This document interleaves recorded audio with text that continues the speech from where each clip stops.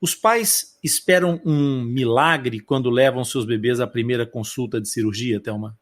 Eu acho que, na verdade, os pais eles esperam um resgate.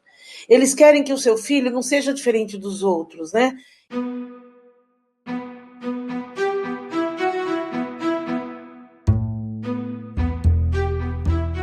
Bem-vindo ao Atlas Lipcast, o ponto de encontro dos amigos do Lip.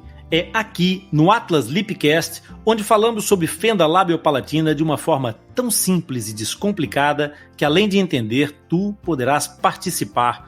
Basta enviares uma crítica, uma dúvida ou uma sugestão de um tema que o Lip irá incluir num dos próximos episódios. Por isso, fica ligado. Meu nome é Rony Furfuro e eu sou médico dentista.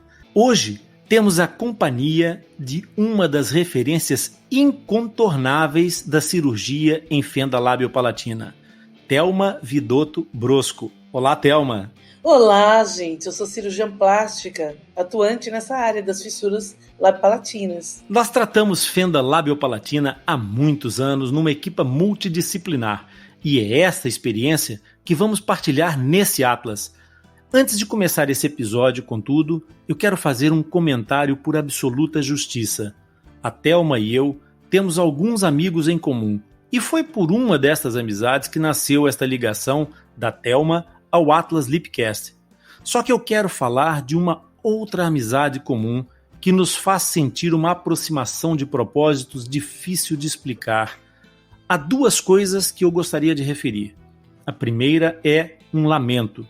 O fato de um dos nossos amigos comuns, esse tão especial, não ter visto nascer mais um projeto que também teve a sua influência direta. Omar Gabriel da Silva Filho, um dos homens que marcou a história daquele que é, sem dúvida, se não o maior, um dos maiores centros mundiais de tratamento de fenda labiopalatina. O Hospital do RAC, conhecido como Centrinho. O tio Gastão e o Omar foram dois gigantes na construção desse sonho. A segunda é uma enorme alegria.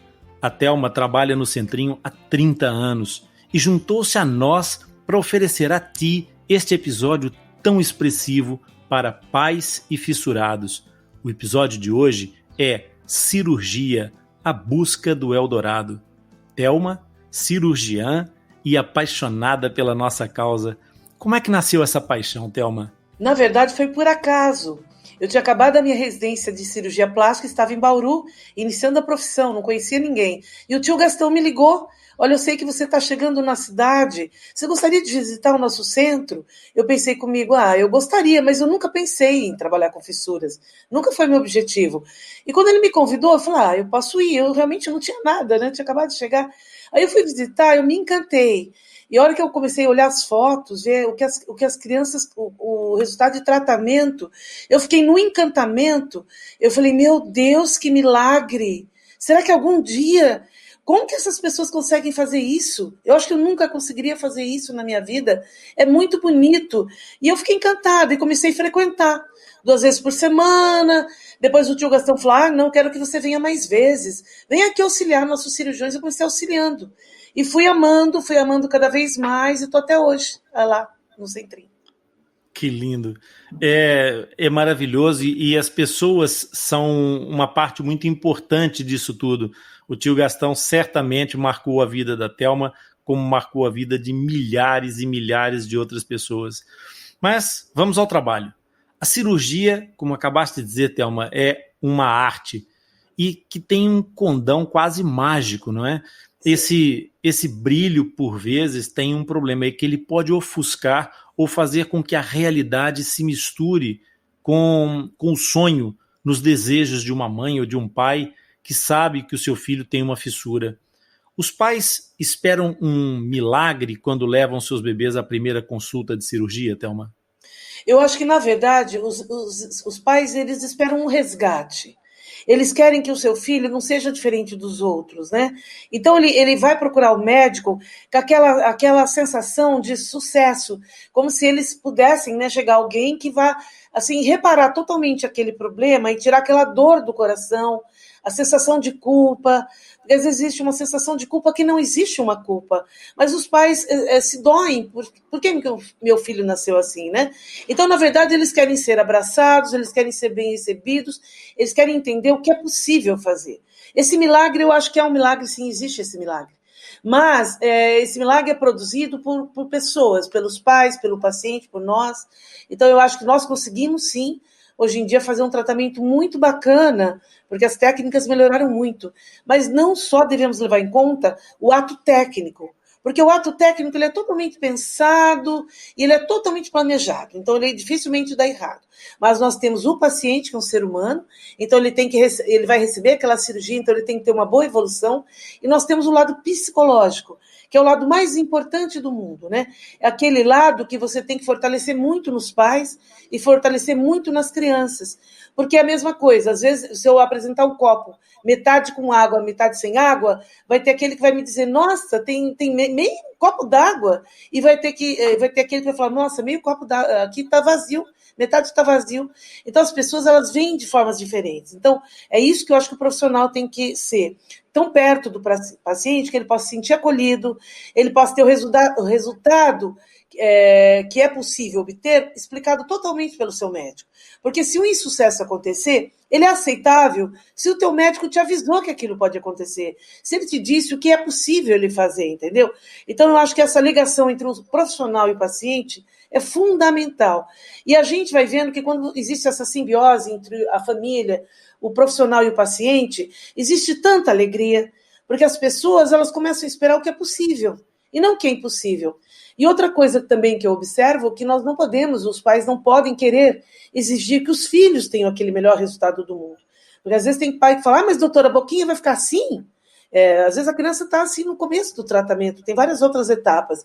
Então os pais também têm que conhecer muito as etapas, o que esperar delas, o médico tem que ter paciência em orientar. Porque quando você está bem orientado, você concorda que a tua vida é mais feliz, porque você sabe o que vai esperar. E normalmente você não fica frustrado, porque o médico já te falou tudinho que vai acontecer. Então você sabe o que é temporário, o que não é. Então eu acho que essa relação médico-paciente ela é fundamental. Por isso que eu sempre dou o WhatsApp para os pacientes, porque eu acho que esse contato é uma coisa tão formidável, porque faz o paciente se tranquilizar. Então ele se tranquilizando, só vai acontecer coisas boas para ele. Porque ele sabe o que ele espera do médico dele. E o médico sabe suas limitações. Eu acho isso fundamental. Que bacana. Eu tive um professor de ortodontia já há uns largos anos, professor Vicente Olmos Esquerdo, um espanhol, e ele dizia isso que a Thelma disse de uma maneira muito engraçada.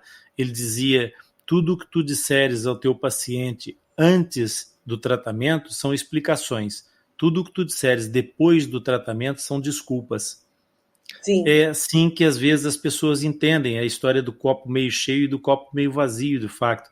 Por isso é muito importante que haja essa comunicação, e é importante que haja uma boa comunicação também dentro de toda a equipe, não é? É preciso haver uma ligação, uma interligação, e essa ação de todos vai beneficiar claramente a relação médico-paciente e essa formação daquilo que eu acho que é o mais bonito disso tudo, que é a grande família, a grande equipe de trabalho que vai fazer a produção do tal milagre que tu dizias. Na verdade, Thelma, os nossos protocolos de trabalho entre o Centrinho e o grupo Atlas Lipcast, não fosse o Atlas Lipcast um grupo ligado de forma quase umbilical ao Centrinho, são protocolos muito semelhantes. Vamos fazer aqui um mapa intemporal, um mapa de orientação de quais são as cirurgias mais prováveis para um bebê fissurado. Sim. Primeira cirurgia de um bebê seria Olha, a queloplastia. Assim, o que a gente tem observado? As fendas podem acometer só o lábio, podem acometer o lábio palato unilateral completamente, que é a mais frequente de todas, né? Ou ele pode acometer o bebê dos dois lados do lábio e depois o palato também, que também são fendas complexas, né? Que envolvem o palato. A cirurgia que nós mais fazemos é a palatoplastia, porque a maior parte das fendas, cerca de 73% das fendas tem palato comprometido. Agora, não é esta a primeira cirurgia. A primeira cirurgia sempre é aquela que é da face, né? O lábio. Então, sempre o lábio vai ser prioridade. Quando você tem uma fissura unilateral, você corrige esse lábio, normalmente por volta dos 3 meses de idade. Entre 3 e 6 meses de idade. Para que a criança já adquira uma normalidade para a convivência social com a família, né? A cirurgia do palato, normalmente, a gente posterga um pouquinho. A gente faz, geralmente o preferível é fazer antes da criança começar a falar. Porque assim a criança já começa a falar com uma estrutura completa para a fala. Então, a criança não vai desenvolver aquela fala alterada, então ela não vai ter um comprometimento de fala muito cedo. Então, nós consideramos 1 ano uma idade boa. Entre um ano e meio, seria uma idade muito bacana para fazer. Então, as 2 primeiras cirurgias, realmente, são as cirurgias do lábio e as cirurgias do palato. Uma de 3 a 6 meses, que a gente, nessa cirurgia do lábio, a gente junta o palato duro também, faz junto, e depois o palato mole nós fazemos com 1 ano. De forma que, veja que interessante, uma criança que tem uma fissura unilateral, com 1 ano de idade, ela já fez suas etapas cirúrgicas praticamente. Então, está uma criança totalmente normal. É lógico que ela vai ter depois os dentinhos, vai precisar de outras coisas para fazer, nariz, né? Mas o mais importante, que é aquela reconstrução inicial, transformando essa criança numa criança totalmente normal, morfologicamente, acontece no 1º ano de idade. Agora, em casos mais complexos, como a fissura bilateral, já é um pouquinho diferente, porque nós já temos segmentos diferentes no rosto, né? Então a criança fica com os 2 ladinhos do lábio aberto, aparece aquele segmento para frente, que chama-se pré-maxila. Então aquela área para frente, protusa, que separa, que fica aqueles 2 ladinhos e mais a pré-maxila, nós temos que operar por etapas. Então a gente começa com 3 meses operando o ladinho mais aberto, mais, assim, vamos dizer que o ladinho mais aberto mesmo do lábio, a primeira etapa. Depois a segunda etapa é o outro lado do lábio. Depois a gente faz o palato posterior, depois a gente faz a plástica definitiva do lábio com 5 anos, e com 6 anos a gente mexe no narizinho para dar uma melhorada no aspecto. Então vejam que na criança bilateral já envolvemos 5 cirurgias no período de 5 anos, certo? Mas a fissura mais frequente é realmente a unilateral. Então 1 ano você consegue estar com o seu filhinho pelo menos bonitinho, né? Assim como você gostaria que ele estivesse, né? E depois vem a cirurgia do enxerto ósseo, Sim, que hoje em dia é alvo de um grande desenvolvimento técnico também. Sim. Nós tivemos informações e recentemente, no ano de 2020, nós fizemos uma participação de um webinário sobre biomateriais que já falava, inclusive, na substituição dos materiais de enxerto ósseo, deixando de ser autógeno por transplante e utilizando material já biocompatível. Portanto, essa cirurgia do enxerto ósseo vem já na fase da dentição mista final, não é, Thelma? Sim, com certeza. Isso melhora tanto, porque aí o dentinho vai nascer naquela estrutura, né? E esse BMP, que é usado, essa estrutura que você disse, essa matriz de colágeno, ela permite que você não tenha área doadora, então a criança não vai ter aquela área que doou o ossinho. E o dente cresce ali, depois é tudo alinhado, né? Essa arcada fica uma arcada normal. Então os pais ficam muito felizes, até o narizinho melhora, porque quando você coloca o enxerto ósseo, você melhora a arcada. Então a gente percebe que o narizinho também vai ficar melhor, porque tem um suporte ali ósseo, né? E o nariz a gente costuma operar depois dos 14, 15 anos, né? Assim que a parte ortodôntica está resolvida. E veja bem, se a criança evoluir com uma retrusão da maxila, que a gente diz quando aquele rostinho, a parte do terço médio da face está para trás, isso pode acontecer em 25% dos pacientes, eles normalmente vão operar entre os 17 e 18 anos. Então, quando isso acontece, dessa retrusão, nós temos que esperar arrumar o osso do rosto, né? Fazer a cirurgia ortognática para depois operar o nariz. Então, a cirurgia plástica, ela se preocupa muito com esses detalhes, porque não são todos os pacientes iguais. Então, vai ter o paciente que vai precisar do ortognático, vai ter que não vai precisar. Por isso que os nossos pacientes, eles têm que estar sempre junto conosco, nós temos que estar sempre explicando, orientando. Às vezes você vai por um rumo, e esse rumo às vezes é interrompido por alguma cirurgia que você tem que realizar. Então, esse contato frequente, esse conhecimento que nós profissionais podemos passar para os nossos pacientes, é um alívio, é assim uma coisa maravilhosa, porque tira as angústias que as pessoas possam carregar com relação a coisas assim que eles julgam que seria necessária e às vezes nem são necessárias, né? E às vezes coisas que você nem esperava e acontecem de maravilhosa na tua vida. Então eu acho que esse mundo novo, esse Eldorado, como você diz, ele é conquistado através de muitas ações. Primeiro, o preparo morfológico do paciente, né? Então você, por exemplo, está morfologicamente bonito, tá legal, mas funcionalmente você também tem que estar bem. Então vamos supor que o paciente seja lindo, maravilhoso, a cicatriz do lábio ainda é leve, você nem vê. Mas se ele tiver uma fala inadequada, com relação à comunicação com as pessoas, na escola, com os amigos, ele vai ter um ônus, ele vai carregar um ônus por causa disso. Então a preocupação tem que ser morfológica, tem que ser funcional e também psicológica, porque eu já tive pacientes estarem extremamente bem reabilitados, maravilhosos, ele se confunde com qualquer ser humano que passe na rua, mas ele não quer largar do centrinho, ele não quer receber alta. Ele se julga dependente, não está tudo bom ainda, você entendeu? Acaba existindo uma dependência psicológica. Então, nós temos que fortalecer as nossas crianças, não só do ponto de vista morfológico funcional, mas também como cidadãos, como eles ingressem na nossa sociedade, sem nenhum ônus, sem nenhuma sequela funcional, para que a gente possa ter pessoas bastante integradas na sociedade. Então, esse é o nosso objetivo principal, né? Essa integração psicológica e social, né? Depois, aquilo que a Thelma acabou por citar também, que seria um outro passo possível, seria a fase já mais próxima do final da cirurgia ortognática, que é um palavrão para os pais. Os pais vão com certeza gostar de entender o que é cirurgia ortognática. Como é que a gente poderia descrever isso para os pais de uma forma ilustrativa, Thelma? É a cirurgia que, no final do processo, vai produzir, provavelmente, a penúltima intervenção. Exatamente. Não é? Sim. O que acontece assim, a nossa face, normalmente, a gente chama de convexa, né? A nossa face é mais para frente, assim.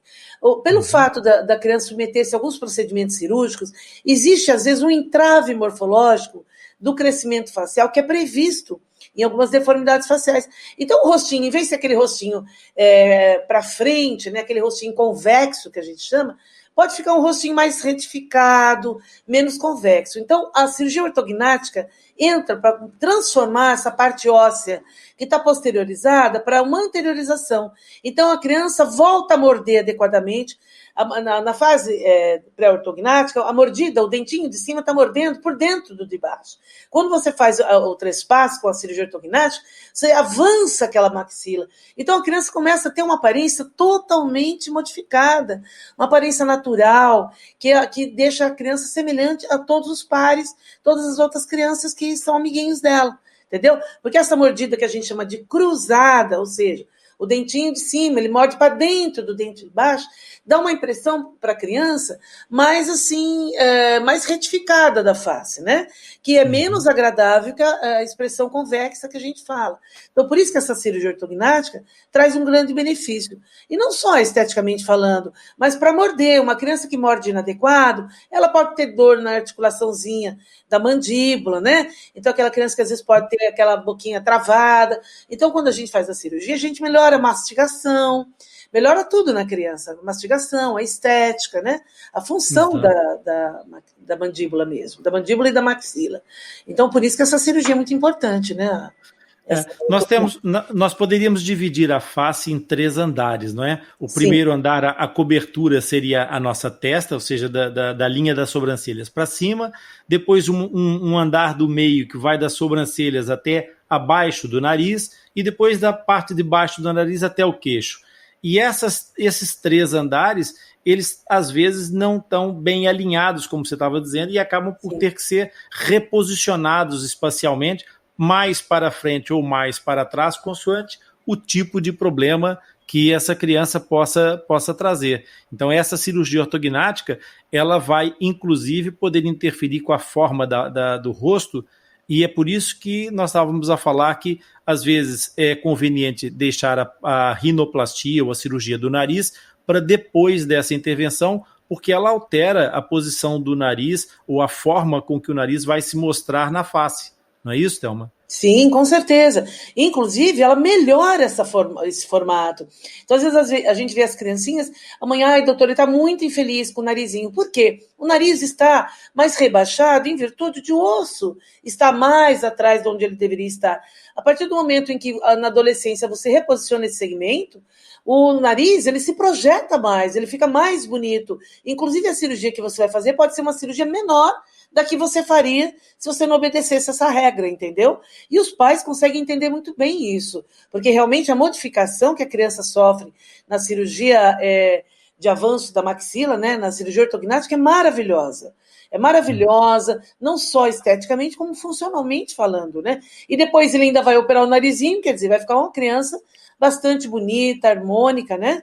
Isso normalmente por volta da adolescência, né? É o que a gente fala, né, Ronei? Nós começamos a reabilitar desde bebê e a gente espera que até os 18 anos, 20 anos, a gente tenha completado a nossa reabilitação. Por quê? São muitas cirurgias? Não. Não são muitas cirurgias, só que nós temos que acompanhar o crescimento do indivíduo, porque o crescimento vai produzindo transformações que têm que ser acompanhadas, tratadas quando necessárias ou apenas observadas enquanto a evolução é boa, não é verdade? Então, por isso que existe o tratamento prolongado, não porque é muita cirurgia, porque tem pais que pensam que é muita cirurgia, vai para a vida inteira, não. São poucas cirurgias, assim a gente espera. Só que o acompanhamento é para acompanhar crescimento e função. Essa que é a função do grande tempo de acompanhamento que nós temos nos pacientes, né? Exatamente, é uma maratona, não é uma corrida de 100 metros. Nas primeiras consultas, eu faço a coordenação da equipa aqui no nosso Atlas, e uma das coisas que eu costumo dizer aos pais, Thelma, que eu acho que é uma forma de ilustrar metaforicamente aquilo que acabou de dizer, é que a diferença entre a música e o barulho é que a música é feita de sons e silêncios.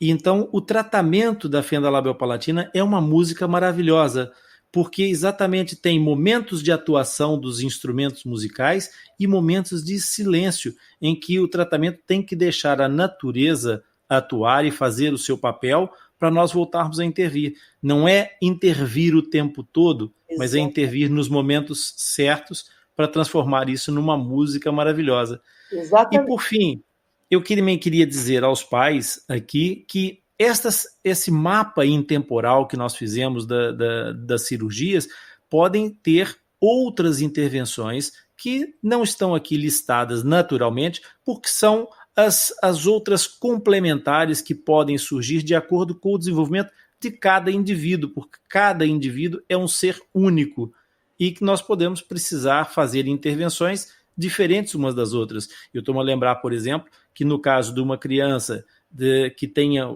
uma síndrome de Goldenhar e tenha um pavilhão auricular, uma micrótia. Micrótia quer dizer o pavilhão auricular não se formou corretamente.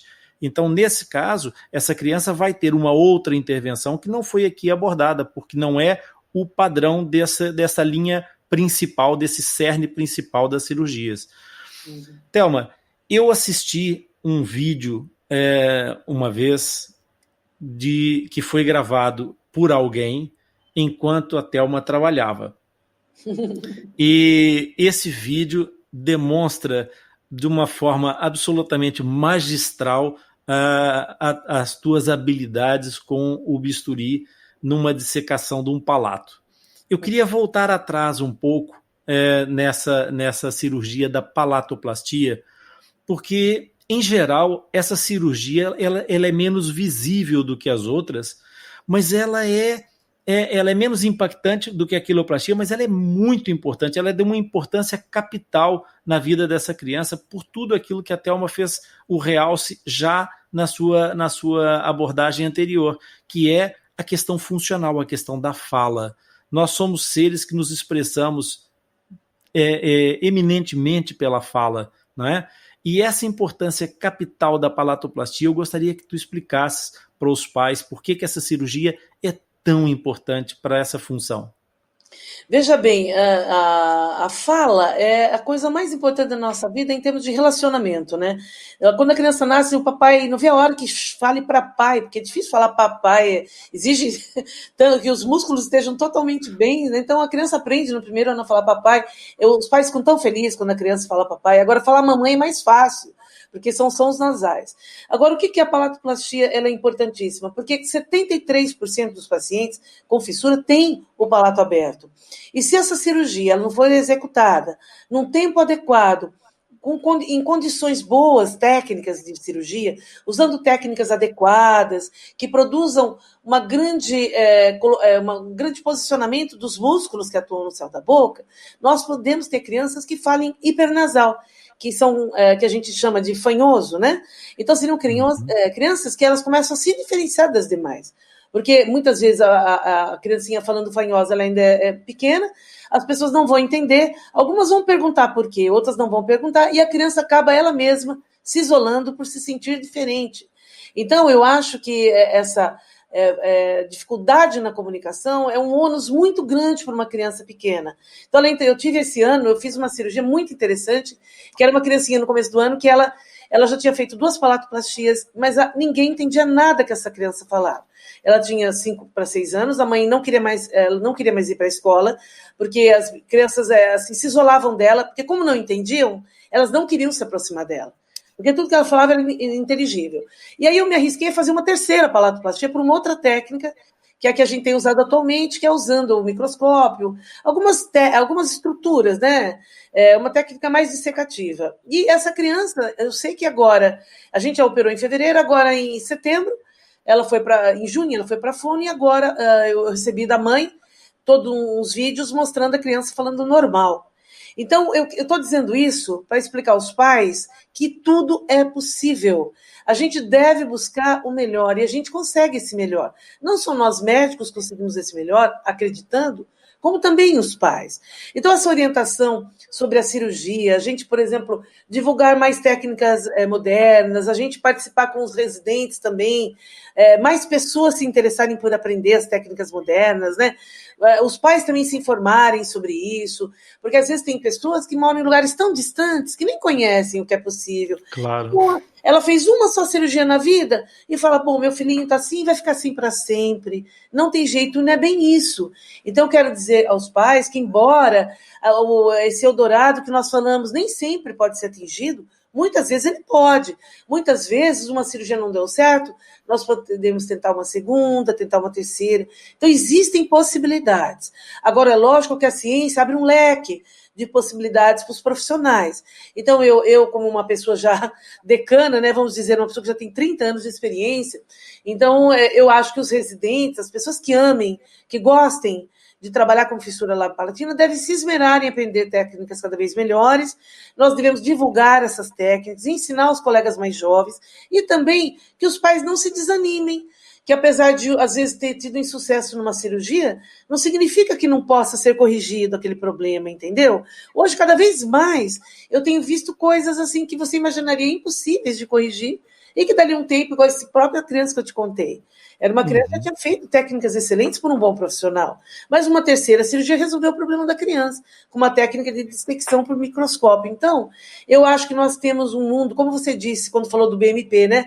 Aquela matriz colagênica, nós temos um mundo inteiro na nossa frente para descortinar. Então, a gente, exatamente com esse podcast, a gente quer dizer aos pais, sempre tem uma esperança, sempre imaginem que as coisas podem ser muito boas. E a palatoplastia, ela te liga ao mundo moderno, que embora todo mundo fique na internet, como é gostoso, a pandemia nos mostrou como é importante as conversas, os bate-papos, em que um pode entender o outro, né? Então, vamos buscar isso para os nossos pacientes também, que eles não sejam diferentes dos demais, através de uma palatoplastia feita na idade certa e com uma técnica adequada, né? Então, essa é a minha opinião sobre a palatoplastia. Muito legal. Thelma, a questão da cirurgia em si, ela trabalha toda a estrutura e a forma, porque aquilo que nós estamos a falar para que os pais possam visualizar outras imagens para tentar enriquecer mais esse visual, é que o céu da boca, que é aquilo que os médicos chamam o palato, ele separa 2 cavidades muito importantes dentro da cabeça, que é a boca e o nariz. E quando nós falamos, alguns dos nossos sons mandam o ar só pela boca e outros mandam o ar pelo nariz. E ainda há aqueles sons que mandam o ar pela boca e pelo nariz. Então, por isso é que os sons, como o som da mamã, que é um som eminentemente nasal, é mais fácil de ser conseguido pela criança portadora de fissura, porque o ar pode sair pelo nariz que não interfere com o som. Mas o papá, que implica que o ar seja todo direcionado e preso na cavidade oral para explodir e produzir esse som, se a criança não tiver o céu da boca a separar essas duas coisas, as asas do nariz não conseguem fazer essa pressão para a explosão acontecer e gerar esse som. Então esse som torna-se mais difícil. Daí a importância dessa cirurgia que a Thelma está a falar, que vai fazer com que o palato mole, que é a parte que se mexe lá atrás, onde está a campainha, onde está a úvula, o sininho, conforme as pessoas entenderem, aquela parte seja competente para direcionar o fluxo de ar para essa produção do som. E é essa técnica, é essa capacidade que os cirurgiões têm de modificar. Mas também, Thelma, é muito importante, depois que a estrutura está recomposta ou composta, porque ela nunca esteve, né? Ela vai estar, nesse caso nem é recomposta, será composta. É muito importante que haja a atuação dos fonoaudiólogos, dos terapeutas da fala, nesse caso daqui de Portugal, que é a mesma profissão com 2 nomes diferentes, que vão trabalhar a função, vão ensinar essa criança a colocar essa estrutura para funcionar corretamente, não é? Exatamente. Porque a criança, o que acontece? Se ela não tiver essa competência, como o Ronei falou, uma competência de separar as cavidades nasal e oral através do palato bem íntegro, né, o palato reconstituído, ela vai desenvolver alguns defeitinhos para falar, que a gente chama de distúrbio articulatório. Então, mesmo que a cirurgia fique boa, se ela tiver o distúrbio articulatório, a fala dela fica estranha, fica difícil de entender. Então, os terapeutas da fala, eles vão ajudar a criança exatamente a corrigir, a fazer os pontos articulatórios nos lugares certos. Então, às vezes, a fala muda, sensivelmente a hora que esses pontos são colocados. Por isso que a gente sempre fala, nós não conseguimos fazer um trabalho sozinho. Então, o cirurgião tem que se aliar ao odontólogo, tem que se aliar à terapeuta da fala, ciência social. Então, é uma equipe grande que tem que se unir, porque são vários fatores envolvidos nessa grande briga pelo sucesso, né? Então, todos os profissionais, se a gente não tiver uma equipe, nós não conseguimos um trabalho de excelência, não é verdade? Precisa Claro. dessa equipe fundamental. Claro. Uma das coisas que eu também gosto muito de ressaltar para os pais é que o sucesso só vem antes do trabalho no dicionário. É o único lugar onde o sucesso vem antes do trabalho, porque na realidade o trabalho tem que preceder o sucesso. E essa questão do sucesso e do trabalho trazem à mente uma outra questão, Thelma. Sim. Nós estamos a falar aqui de uma situação ideal de nós fazermos uma palatoplastia no momento certo, na hora certa, mas nós sabemos que, infelizmente, a informação não chega a todo lado, que os nossos braços têm uma limitação anatômica, não é? Que a nossa capacidade de atuação tem uma limitação geográfica e nós não conseguimos estar em todo lado e atender a todas as pessoas do ponto de vista da oferta de um tratamento adequado, competente, eficaz. E muitas vezes acontece de chegarem às nossas equipes pessoas que já passaram por uma fase ideal, que já desenvolveram os tais distúrbios articulatórios, que são exatamente tentativas que esses pacientes, não tendo as capacidades necessárias, tentam encontrar para produzir um som parecido com aquele que eles não conseguem produzir pela falta da competência das estruturas. Então, nós temos os pacientes que nós chamaríamos de sequelas ou sequelados, porque vêm já com técnicas, com situações de reabilitação feita anteriormente que não obtiveram sucesso. Nesses casos, Thelma, a gente também pode e deve avaliar tudo isso, e essa avaliação é mais do que clínica. Eu sei que hoje a nossa gravação do nosso episódio do podcast foi condicionada porque a Thelma estava a fazer um exame que é muito importante para essa avaliação cirúrgica, não é? Pode explicar para nós que exame é esse, no que é que consiste? Então, basicamente, quando você constata que o seu filhinho ele está com uma fala, uma hipernasalidade, ele tem algumas alterações, isso não é apenas por distúrbio articulatório, ele tem uma hipernasalidade, então nós costumamos fazer alguns exames muito interessantes. Um deles chama-se nasoendoscopia. Sabe aquela endoscopia que quando você está com problema digestivo, o gastrocirurgião pede para você fazer? Então ele vai olhar o seu estômago. Na nasoendoscopia, o que nós vamos olhar? Nós vamos olhar exatamente a região do palato trabalhando. Então a criancinha vai falar, isso é possível fazer a partir dos 4 anos de idade.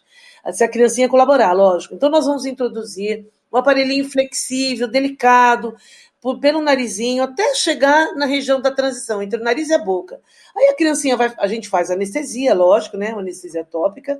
A criancinha colaborando, se o médico for um médico engraçado, é capaz dela deixar. Eu geralmente consigo a colaboração das minhas crianças, mas aí você vai introduzir esse nasoendoscópio, que é pequeno, tá? Não é uma fibra enorme, como é na digestiva, né? Na endoscopia digestiva, ela é bem mais delicada. Então, ela é flexível, você introduz no narizinho e você vê a região onde está o palato. Aí a criança vai falar, emitir vários sons que já são padronizados, e você vai verificar o que está acontecendo. É o palato que não está funcionando direitinho? O que pode estar acontecendo? Ele tem fístula? Ele tem retração da musculatura? Ele tem uma paralisia no palato? Ele tem uma anatomia diferente? Então, o médico vai, através desse exame, descobrir qual é a causa do problema que a criança está apresentando. E, sabendo essa causa, o médico vai poder planejar um tratamento cirúrgico que pode variar. Pode ser um tratamento cirúrgico que o médico resolva fechar uma fístula, que ele resolva reoperar o palato para posicionar melhor a musculatura do palato, ou que ele resolva fazer uma faringoplastia, que seria uma cirurgia que coloca uma ponte entre a garganta e o palato para melhorar a fala. Enfim, o médico vai decidir juntamente com a fono, porque esse exame nós fazemos geralmente com a terapeuta da fala, o cirurgião junto com a terapeuta da fala. Nós vamos decidir qual será o tratamento cirúrgico. Então, nós temos para isso a nasoendoscopia, que usa, no caso, uma fibra óptica. E nós temos também a videofluoroscopia, que já é um exame que usa um caninho que você põe no nariz e injeta um contraste. E através de aparelho de raio-x, você vai ver para onde vai, como se comporta esse contraste quando a criança fala. Então, você consegue descobrir o tamanho do palato, como que está sendo a função desse palato com relação à garganta.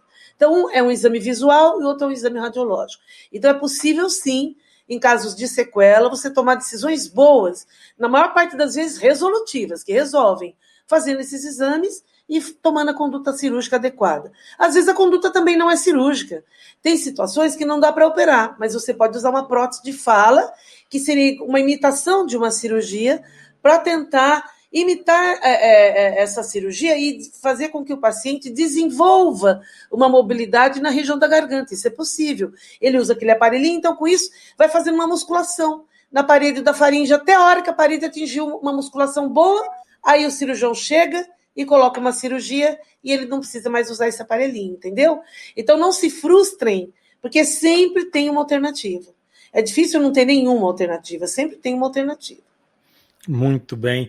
E essa colocação da prótese obturadora do palato, ela de fato tem um condão fantástico. E a gente, no nosso Atlas Lipcast, numa das nossas lives, teve a oportunidade de conversar com pais de crianças portadoras de fissuras, e uma das mães que nos visitou nessa live, ela, em tempos, veio me procurar com a sua filha com 4 aninhos, com um sindroma desconhecido, com uma hipotonia muscular muito grande, e tinha um problema enorme porque ela tinha uma situação de que todo o padrão posterior da orofaringe não funcionava bem, e a miúda tinha um discurso quase ininteligível, não era possível entendê-la. Mas a miúda queria falar. Então, nessa altura, ela já vinha com uma indicação de aprendizado de linguagem aumentativa, de língua gestual, que são, em algumas situações, um recurso necessário. Mas essa criança queria falar, Thelma. e nós acabamos exatamente por lhe confeccionar uma prótese obturadora do palato. Ela hoje está no coro da escola, está no teatro da escola, Isso portanto, então está completamente reabilitada e vai provavelmente, com o passar do tempo, ter oportunidade, porque aprendeu a trabalhar aquela musculatura que era pouco estimulada, através da prótese do palato, nós conseguimos, de certa forma, meio que acordar esses músculos, não é verdade? Com certeza. E você acorda esses músculos, eles começam a funcionar normalmente, e com isso você pode tornar essa criancinha uma candidata a um procedimento cirúrgico futuro, não é? E aí ela se livra de usar a prótese constantemente. Então a prótese não é que ela é um tratamento definitivo, não deu para operar e eu fiz uma prótese, não. Ele é um meio termo. É aquele que você vai usar para fazer uma musculação e a hora que esse palato tiver com condições, como você disse, ele reviver, ele tiver novas condições estruturais, você pode, depois disso, fazer uma cirurgia. Então, ela é um meio muito maravilhoso para a gente conquistar também um futuro através de uma cirurgia. E outra coisa também, Ronei, muitas vezes, quando a criança está na fase de crescimento, e ela tem vistas à ortognática, às vezes a gente prefere não fazer o procedimento da faringoplastia, o definitivo, e usar a prótese de palato. Por quê? A prótese a criança tira, vai dormir, né? Ela pode tirar para dormir, então ela não vai ter dificuldade respiratória, nada. Porque enquanto existe o ossinho do rosto tá para trás, existe uma maior dificuldade para respirar. Então, se a gente faz nessa fase a cirurgia de faringo, por exemplo, estou dizendo uma faringoplastia, não uma palatoplastia. Palatoplastia você pode fazer em qualquer fase. Mas faringoplastia, que é aquela pontezinha que eu falei que liga a garganta ao nariz, a gente só deixa para fazer quando a criança respira bem ou após a ortognática, muitas vezes, né? Porque senão a criança pode ter mais dificuldade nessa fase que ainda não fez a ortognática. Então, tudo tem seu tempo certo. Eu posso fazer uma faringoplastia em criança, eu posso fazer em adulto, mas sempre as decisões são tomadas por uma equipe baseada na condição de cada criança. Então, o tratamento, eu quero frisar, que na fissura ele é extremamente personalizado. Embora haja protocolos, como o Volney falou, a gente opera o lábio com tal idade, opera o palato com tal idade, nós temos que ter em mente que o nosso filho é único. Então, ele merece um tratamento que seja totalmente capacitado para ele, dedicado para ele. Entendeu? E é isso que nós médicos e dentistas queremos expor aos pais, né? Para tranquilizar vocês de que é muito importante essa nossa interação. E que nós, do lado de cá, estamos tanto interessados numa reabilitação quanto vocês, porque a nossa alegria é absurda quando a gente vê um sucesso de um dos filhos de vocês. É como se fizesse parte do nosso arsenal de filhos também, né? Nós também gostamos de adotá-los como filhos também. Exato. Thelma, agora uma questão que eu recebo frequentemente dos pais é o pós-operatório. Sim. Os pós-operatórios da queiloplastia e da palatoplastia especialmente, porque estamos a falar de um bebê com menos de 1 ano, como é que são, em geral, esses pós-operatórios? Sim. Então, a criança estando bem de saúde, né, submetendo-se a uma cirurgia, a maior preocupação dos pais é com relação à alimentação. Existem médicos que no pós-operatório de queilo deixam as crianças mamarem normal e tem médicos que preferem que a criança não mame, use na colherzinha, se alimente através de uma colherzinha. Eu faço parte do rol que gosta que a criança seja amamentada pela mãe, né? Então, se uma criança ela já é amamentada antes da cirurgia, eu acho muito importante que ela continue sendo amamentada no pós-operatório. Eu julgo essa relação mãe-filho uma coisa fundamental para a saúde emocional da criança. E eu não vejo em que uma amamentação possa abrir uma cirurgia. Pelo menos eu faço isso há muitos anos.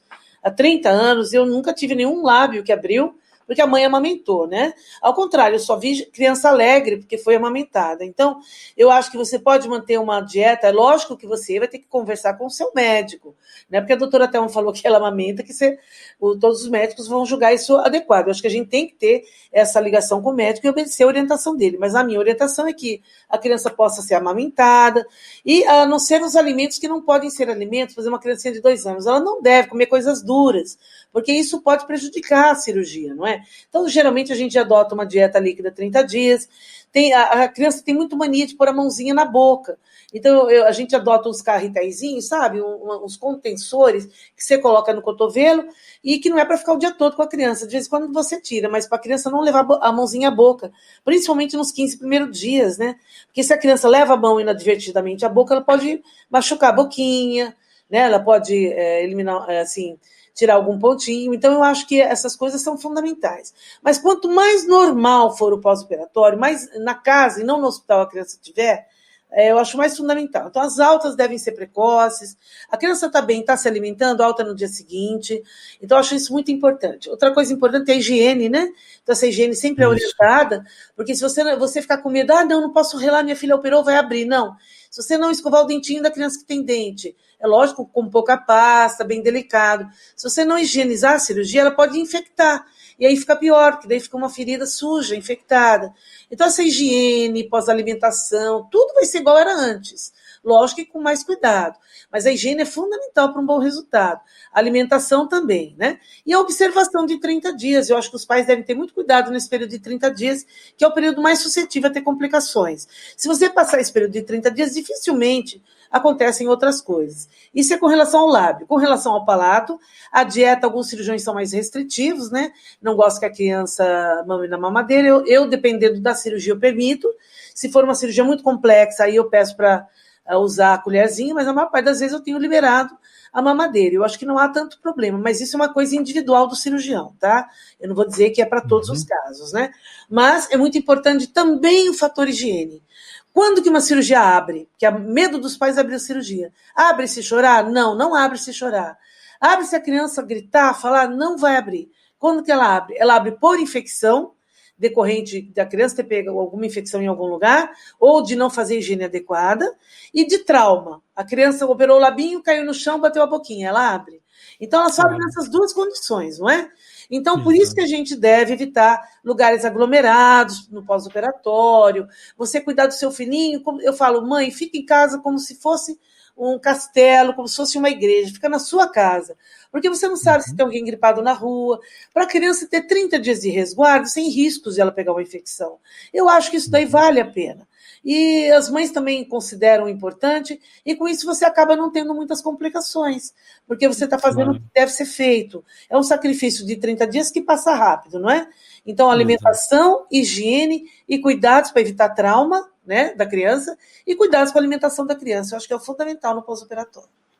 Thelma, a última questão para nossa primeira viagem. A dor. A criança sofre com dores depois dessas intervenções? Olha, eu acho que a cirurgia do lábio é a que menos dor dá na criança. Porque a gente vê que as criancinhas que a gente opera lábio, elas não são criancinhas chorosas. Elas se alimentam com facilidade, elas são alegrinhas, elas dão risada. É o que eu falo. A primeira coisa que você saber se uma criança está feliz, ela dá risada, ela se comunica. A criança baqueadinha, ela fica morteirinha, ela não quer assim muito conversar, ela fica parada, então você vê que ela está dolorida. Agora, a cirurgia do lábio, principalmente unilateral, não interfere tanto, mas a gente vê que a cirurgia que mexe em osso, como por exemplo palato, que tem descolamento, são áreas mais doloridas. Imagina a gente arrancar o dente do siso. Vamos imaginar que uma criança é isso para um palato, não é? São cirurgias que incham e que doem. Então, são cirurgias mais suscetíveis à dor, eu acho. Tanto que aí, nessas cirurgias, eu dou medicação de horário. Eu falo para as mamães, não espera a criança chorar. Dá medicação a cada 6 horas, exatamente para a criança não sofrer. Porque mexe no osso, ela vai sofrer. Agora, se as do lábio já são cirurgias mais delicadas, eu acho que são menos doloridas. Eu peço para a mãe dar o remedinho para dor só se tiver dor, porque geralmente não são cirurgias que doem muito. A não ser que estejam associadas às cirurgias ósseas. Aí vai ter essa dor. Entendeu? Nós procuramos tentar sempre que os pais compreendam a importância de que a medicação que é instituída pelos profissionais é exatamente no sentido de ser protetora. Então, a dor é um processo natural da inflamação, e a inflamação é um processo natural pós-operatório, é um processo de reação do organismo para trabalhar na cicatrização, no processo de encerramento daquela situação. Então, a dor ela é natural. E então, o que é que nós podemos fazer? Podemos fazer uma cobertura analgésica para que a criança passe pelo processo dessa inflamação sem a manifestação da dor, sem sentir a dor que vai estar escondida pela medicação que os médicos colocaram ali. E com isso nós temos crianças que passam por essas situações de uma forma muito mais ligeira. E aquilo que disse, e é verdade, a gente tem essa experiência, quem trabalha com isso há muitos anos como nós sabemos, por exemplo, que nas cirurgias de siso, há sempre edema, porque há um trabalho sobre o osso. E essa situação também se reflete no caso das fendas, que é mais notado. No caso do enxerto ósseo, quando há o transplante, as crianças queixam-se mais da anca do que da própria boca onde foi colocado o enxerto, porque lá está, da anca que é removido o tecido ósseo doador. Então, é exatamente esse tipo de processo que a gente tem que ter em atenção e ter cuidado. Thelma, muito, muito, muito obrigado. A gente fez um episódio lindo, maravilhoso. Eu queria que tu desse uma mensagem para os pais que vão ouvir esse podcast e que, para a gente se despedir com essa ideia de que o Eldorado é diferente do que simplesmente passar pela porta da felicidade. O Eldorado é uma construção, será isso? Sim, eu acho que eu acho que a vida do seu filho você vai construir dando a ele o que de melhor você tem, né? Nunca espere do seu filho que ele seja o melhor, o mais bonito, o mais sábio, sabe? Eu acho que todos nós temos os nossos potenciais. Então eu acho que pais estimuladores, pais que alto astral, vamos dizer assim, né? Aqueles pais que sempre estão pensando o melhor. É incrível como eles sempre atraem realmente o melhor. Então nunca se sintam culpados pelo que aconteceu. Só se sintam bem proativos naquilo que está por vir. Então participem bastante da vida do seu filho, empoderem o seu filho. Pensem que o seu filho não tem, a gente chama de malformação, mas é uma malformação congênita que tem correção cirúrgica. O teu filho vai ser uma criança normal. Então ele não vai ser uma criança que não é normal. Então tentem não exigir demais dessa normalidade, aceitar teu filho como uma criança como as outras, não é verdade? E principalmente curtir cada sucesso do seu caminho. Não fiquem sempre tristes. Mas vai demorar para fazer ortognática. Não pensem assim. Tratem cada dia como deve ser tratado. Eu já aprendi que o passado já acabou. Você não pode remoer, porque você não pode fazer mais nada sobre o passado. Ele já aconteceu. O futuro a Deus pertence. Quantas vezes na vida nós nos preocupamos com coisas que nunca vão acontecer? Agora, você tem um domínio sobre o presente. Então, viva cada dia como um dia maravilhoso, abençoado. Faça pelo teu filho o melhor que você pode fazer hoje. Seja um pai presente, um pai com atitudes, mas não fique imaginando o futuro e nem sofrendo do passado. Os pais que têm crianças com sequelas, não fiquem vivendo o passado da sequela. Já foi, já aconteceu. Nós temos que ver agora o presente das soluções. Elas existem e é para isso que profissionais como o Ronei, como a doutora Thelma, como vários outros profissionais envolvidos na fissura, estão aqui falando com vocês, porque nós amamos vocês e nós queremos que vocês tenham sucesso. Então não se angustiem. A angústia só serve para minar nosso caminho, para atrapalhar a nossa vida. A nossa vida nós que decidimos, nós que construímos. Então vamos decidir ser felizes, fazendo o nosso melhor, caminhando com os profissionais que estão do nosso lado, nos interagindo para que nossa vida seja cada vez melhor. E sempre viva o presente, viva cada sucesso que você tem. E as derrotas, elas fazem parte da nossa vida. Mas esqueçam, deixe para trás. Vamos seguindo sempre em frente, que é dessa forma que a gente consegue reabilitar as pessoas e transformarem essas pessoas em pessoas incríveis no futuro. Tá bom? É o que desejo para vocês e para o filhinho de vocês. Muita felicidade, muita reabilitação boa, feliz, muitos amigos, porque no processo de reabilitação a gente faz muitos amigos, não é verdade, Rony? A gente faz muitos amigos, não só entre os colegas, como entre os pacientes. Os pacientes viram nossos irmãos, viram nossos filhos, viram nossos netos. Então, isso é a coisa mais bonita que tem. Então, vamos viver com felicidade. Não vamos chorar o que foi derramado. Isso realmente não constrói nada, né? Nós temos que construir no dia a dia mesmo, no presente, tá bom? É essa que eu gostaria de falar para vocês. É a doutora Thelma a falar aos vossos corações. E eu agora também quero te agradecer. Espero que esse episódio e todos os outros que nós produzimos sejam úteis para colocar um pouco mais de luz e de esclarecimento sobre o tema da fenda labiopalatina. Se gostaste do nosso podcast, da nossa mensagem, subscreve o Atlas Lipcast, marca o sininho para que o teu agregador te possa avisar sempre que houver um episódio novo e partilha. Partilhar é muito importante. Quantas mais pessoas chegarem ao nosso Atlas, maior será a capacidade de fazer crescer esse projeto. Com a tua ajuda, iremos fazer o podcast atingir o maior número de pessoas e, em troca, Nós vamos ajudar-te a entender e a aprender mais sobre esse tema que é tão apaixonante para todos nós. Fica ligado, pois o próximo episódio vai ser fantástico e eu tenho a certeza que tu vais gostar. Visita o nosso site, o LIP espera por ti. Obrigado pela tua audiência e por estares conosco nesta jornada. Legal.